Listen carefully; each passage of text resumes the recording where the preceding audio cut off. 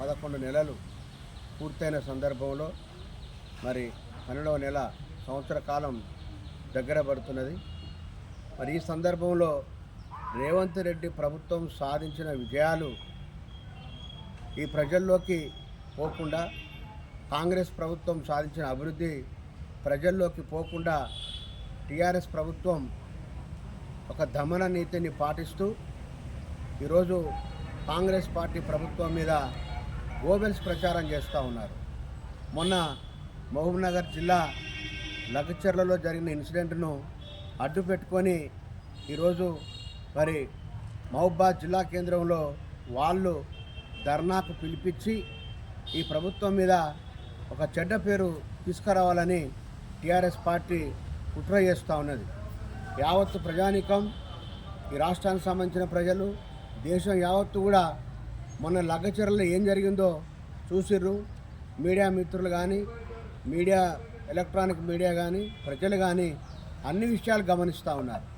మొన్న కలెక్టరు మరి గ్రామసభ కోసం పోయి అక్కడ గ్రామసభ అభిప్రాయం తీసుకోవాలి, గ్రామసభ నిర్వహించి వాళ్ళ ఆమోదం వరకు అక్కడ భూసేకరణ జరగాలనేది ప్రభుత్వం ఒక కార్యక్రమం తీసుకొని ముందుకు వెళ్తే ఆ కార్యక్రమాన్ని ఎట్లా హైజాక్ చేసి కలెక్టర్ను మిస్గైడ్ చేసి అక్కడ భూమి లేని వ్యక్తులను ప్రోత్సహించి మరి కలెక్టర్ మీద దాడి చేసిన విషయం మనం అందరం కూడా చూసినాం. ఇవాళ టీఆర్ఎస్ పార్టీ ఈ తెలంగాణ రాష్ట్రాన్ని ఒక బీహార్ లెక్క, ఒక యూపీ లెక్క చేయాలని ప్రయత్నం చేస్తూ ఉన్నది. వారి ప్రయత్నాలు ఏవైతున్నాయో ప్రజలందరూ కూడా చూస్తూ ఉన్నారు. గతంలో మనం చూసినాం, బీహార్ రాష్ట్రంలో ఒక తెలుగు ఐఏఎస్ ఆఫీసర్ను చంపేయడం జరిగింది. అదే రకంగా ఈ రాష్ట్రంలో కూడా జరగాలని వాళ్ళు కుట్ర చేసి మన లగ్గచెర్ల ఏదైతే ఇన్సిడెంట్కు వాళ్ళు బాధ్యులయ్యారు. అక్కడ సురేష్ అనే వ్యక్తిని దోలి కలెక్టర్ మిస్గైడ్ చేసి అక్కడ ప్రజలను రెచ్చగొట్టి అక్కడ భూమి లేని రైతులను మరి ఎంకరేజ్ చేసి కలెక్టర్ వెహికల్ మీద రాళ్లతోని మరి కట్టలతోని ధ్వంసం చేసి మరి కలెక్టర్ను బలి చేసే విధంగా, ఆయన ప్రాణం తీసే విధంగా వాళ్ళు ప్రవర్తించిన విషయం మనం అంతా కూడా చూసినాం. దీన్ని అనేక మరి ఈ రాష్ట్రంలో కానీ ఈ దేశంలో కానీ ప్రజా సంఘాలు కావచ్చు, రాజకీయ పార్టీలు కావచ్చు, అన్ని వ్యవస్థలు ఖండించాల్సింది పోయి ఇవాళ వాళ్ళకు రాజకీయ ప్రేరితంగా భావించి ఇవాళ మహబూబాద్ జిల్లా కేంద్రంలో వాళ్ళు 20వ తారీఖు నాడు ఇచ్చిన ధర్నా అవుతుందో దాన్ని ఖండిస్తూ ఉన్నాం. మేము టీఆర్ఎస్ నాయకులను ప్రశ్నిస్తూ ఉన్నాం, మీరెందుకు ధర్నా చేయలే?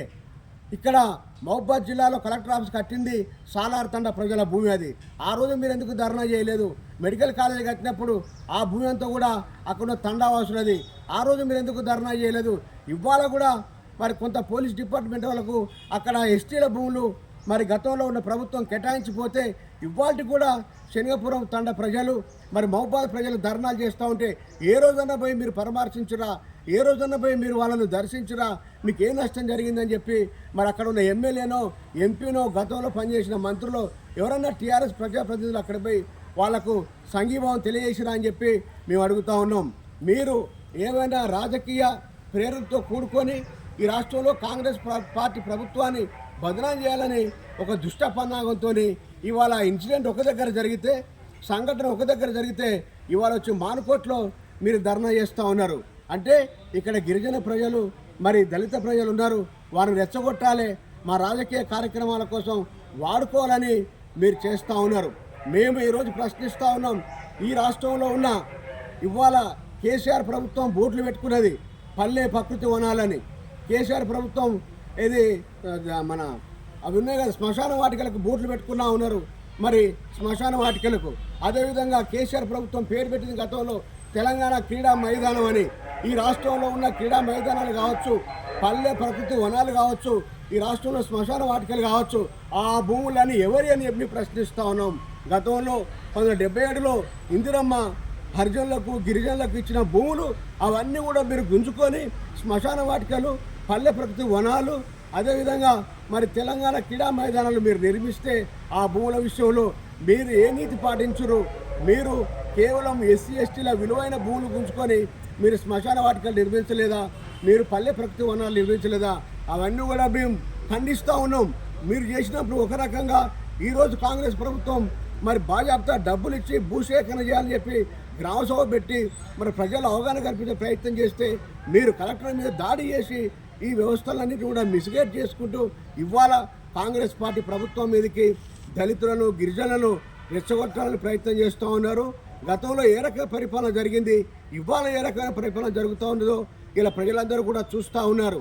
మీరు నేరలలో దళితుల మీదకి ఇసుక తోలుతూ ఉంటే, దళితులు అడ్డం పోతే దళితుల మీదకి ఎక్కించుకొని మీరు ఇసుక పెట్టుకపోలేదా? ఆ రోజు టీఆర్ఎస్ నాయకులు వాళ్ళు ఇసుక దొంగతనాన్ని అరికట్టాలని ధర్నాలు చేస్తే, రస్తారోకలు చేస్తే వాళ్ళను చిన్న చిన్న పిల్లలతో సహా పోలీస్ స్టేషన్ తీసుకెళ్ళి మీరు మరి థర్డ్ డిగ్రీ ప్రయోగించి ఈరోజు కూడా వాళ్ళు కోరుకునే పరిస్థితి లేదు.